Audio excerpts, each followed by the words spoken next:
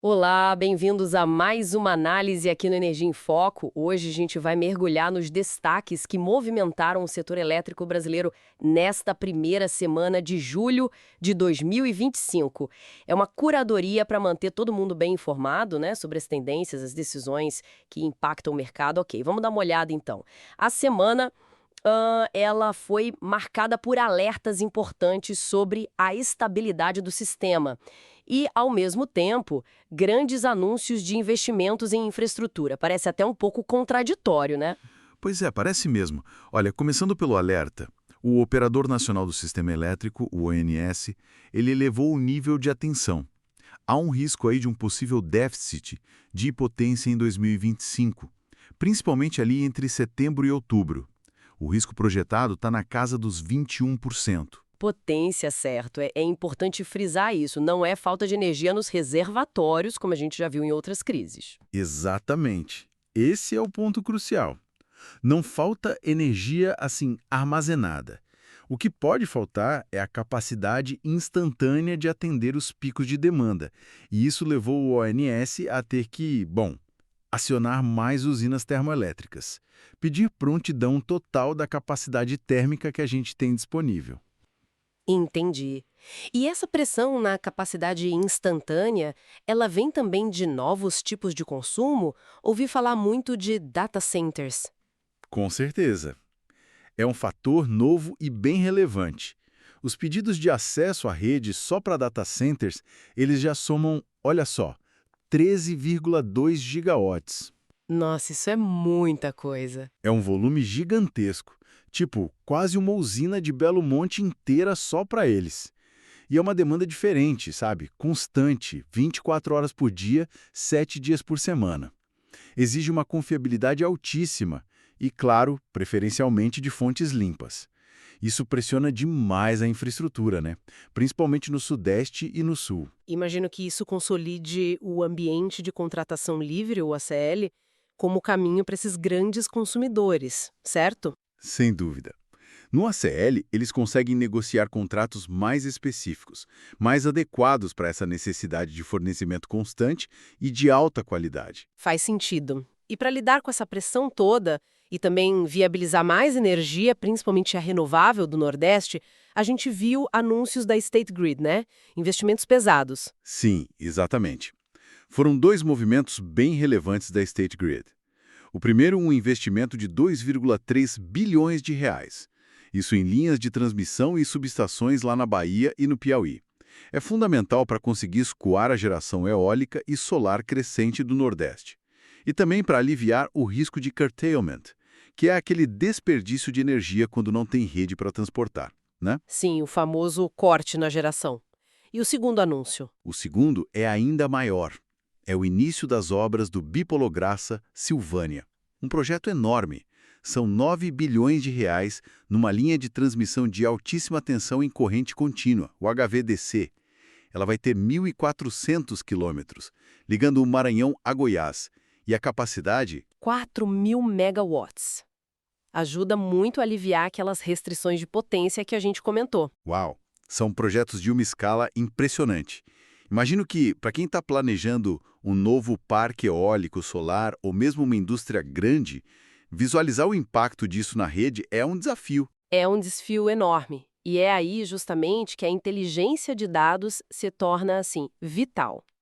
Plataformas como a da ePower Bay, por exemplo, elas são essenciais hoje. Elas permitem mapear essas novas linhas, as subestações, tudo em mapas interativos. Dá para monitorar o status dos leilões, analisar a capacidade de escoamento, ver os níveis de saturação da rede por região. Ah, então ajuda a entender se faz sentido colocar um projeto novo ali ou se a rede já está no limite. Exatamente.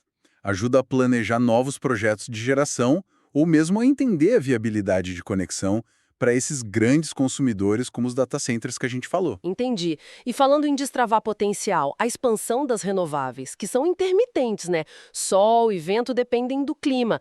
Isso traz a necessidade de flexibilidade para o sistema. Aí entra a discussão do armazenamento. Perfeito. O setor está pressionando bastante para incluir um marco legal para o armazenamento de energia. A ideia é que entre na medida provisória da reforma do setor elétrico.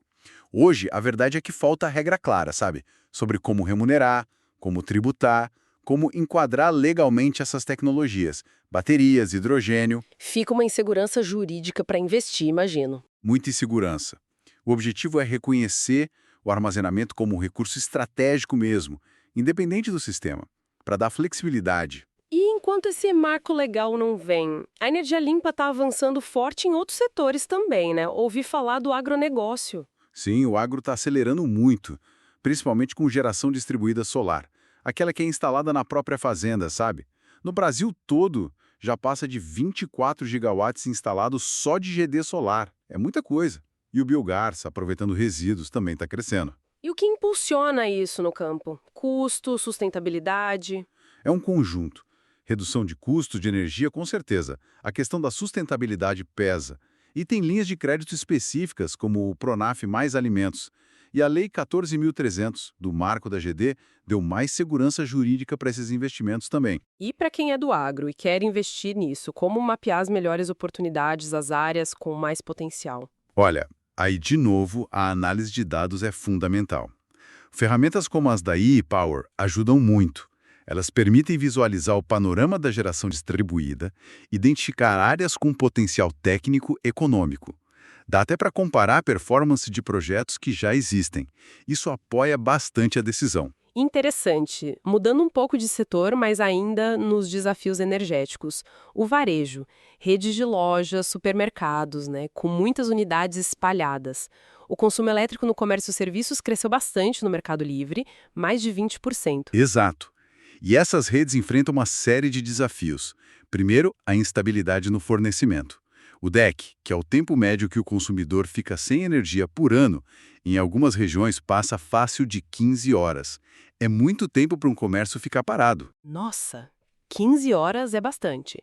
Além do custo da energia em si. Sim, tem o custo elevado e tem a complexidade na hora de expandir, de abrir uma nova loja.